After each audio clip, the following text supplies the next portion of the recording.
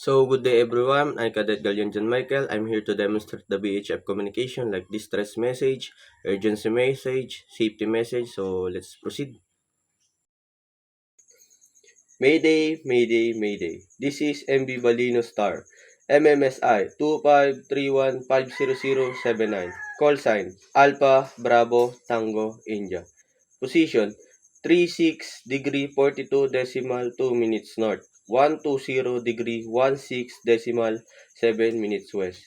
We have suffered total engine failure in heavy seas and are drifting toward shallow water.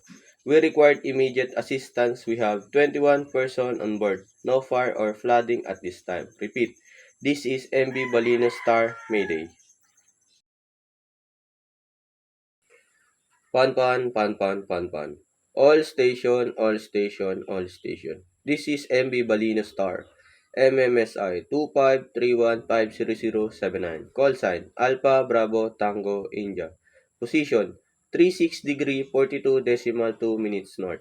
120 degree 16 decimal 7 minutes west. We have a crew member with a suspected broken leg due to a fall. Medical assistance is restricted. Repeat, this is MB Balino Star Panpan.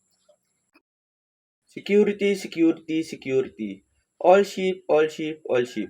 This is MB Balino Star, MMSI 2531500079. Call sign Alpha Bravo Tango India. Navigational warning, our vessel is adrift near shallow water at latitude 36 degree 42 decimal 2 minutes north. Longitude 120 degree 16 decimal 7 minutes west.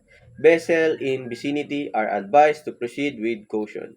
Repeat, this is MB Balino Star Security.